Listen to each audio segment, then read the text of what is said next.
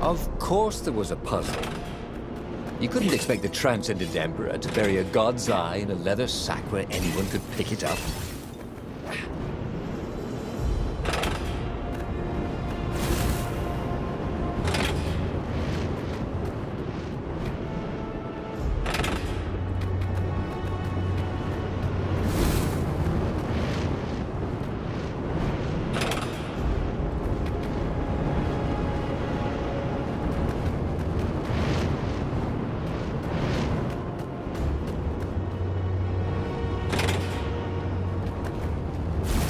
What was the point of this gate? Did they think no one would notice the lever?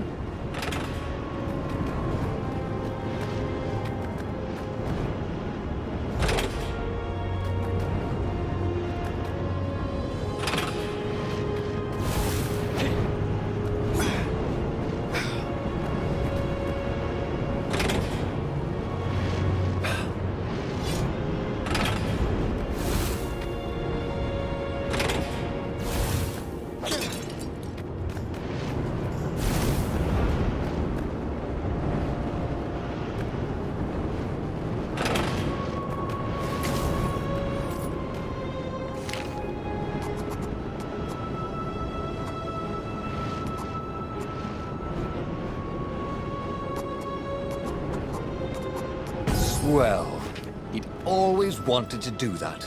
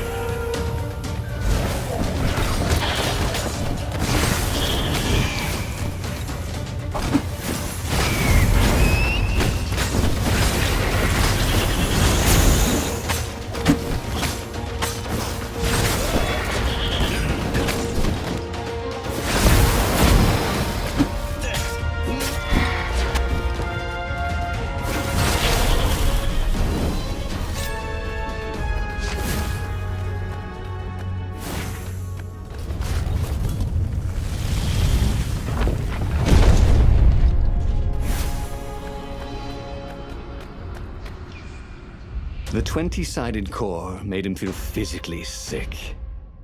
Once he had sneaked into a temple of the dark arts, and he hadn't liked what he smelt and saw there. This felt like that. As quick as he could, he wrangled the icosahedron into the armature. The wheels began to spin, then glow. The sick feeling quickly spun away. Now he only felt sad. He had lost good friends for this war apparatus. Maybe Lapino wasn't such a good friend. Yeah, that made him feel better. He carried his prize back to the Farfarer. Now, he had to make his next move. There was a key Imperial outpost on the Nexus. If this really was some sort of super weapon, he could use it to wreak havoc on the enemy. And if it wasn't, well, better to know that before the final battle. But maybe he should show it to some scientists first. There was an observatory on the Nexus. Maybe he should go there before he fired it.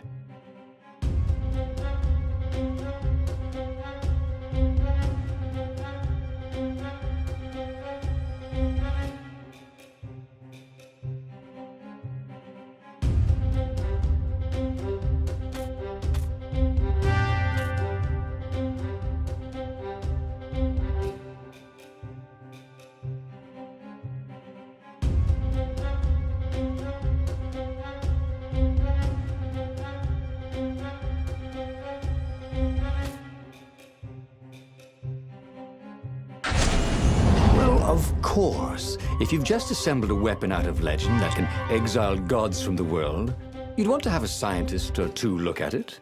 And even if they disagreed and he had time, he could ask Calaveras himself. Yes, the observatory would be his objective.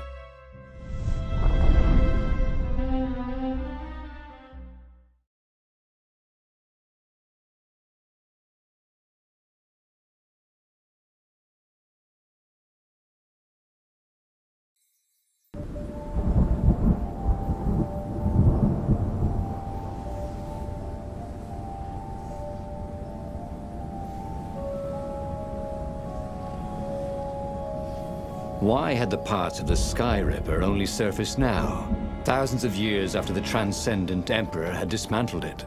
The mad Emperor Isengrim had performed terrible, bloodthirsty rituals to invoke the lost gods. Was that why these ancient artifacts were rising out of the ground? How perfect, then, that the Sky Ripper would reappear to be his destruction.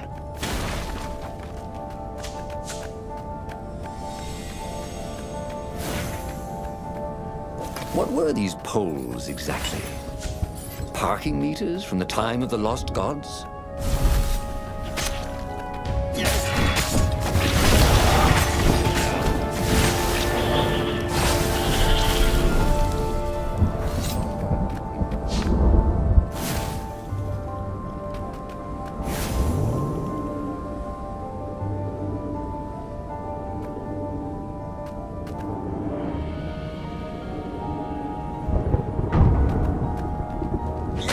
His mother wasn't watching.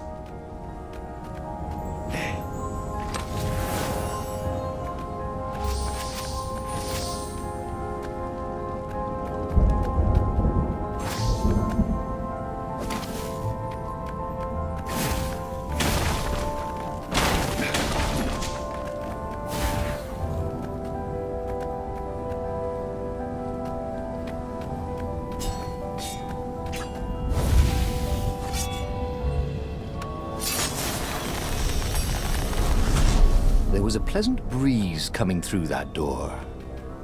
Had it been closed before?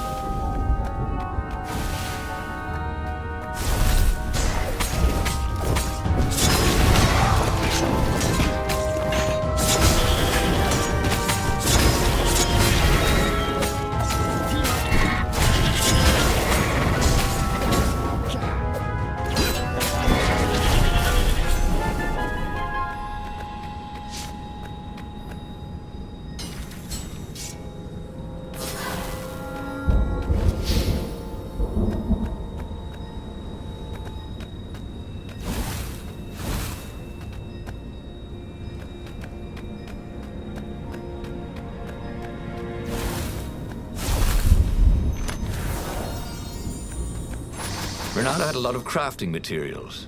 Now all he needed was a crafting bench.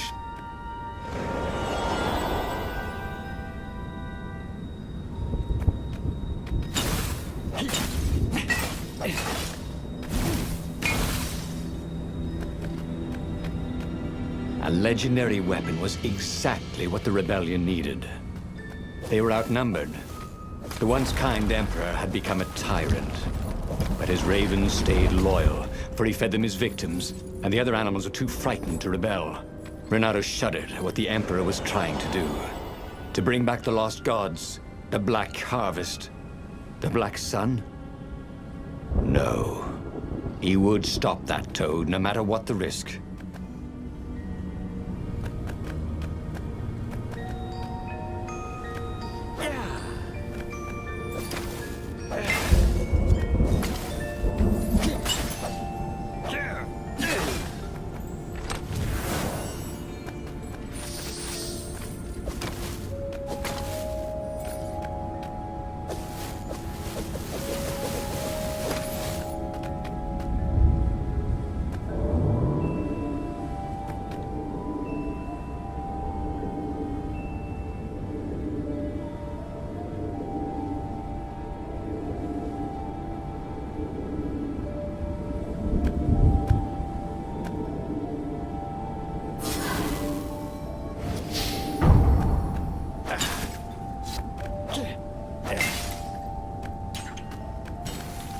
Renato's path was clear.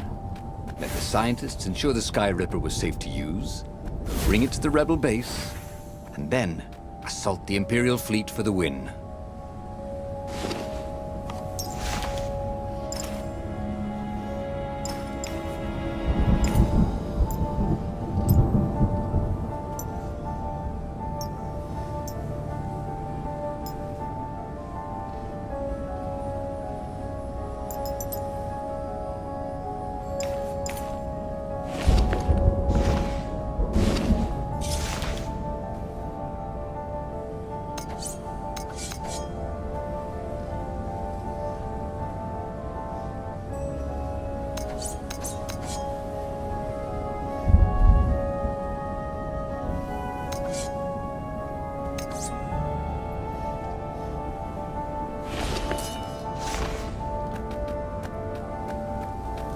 This thing really needed a roof.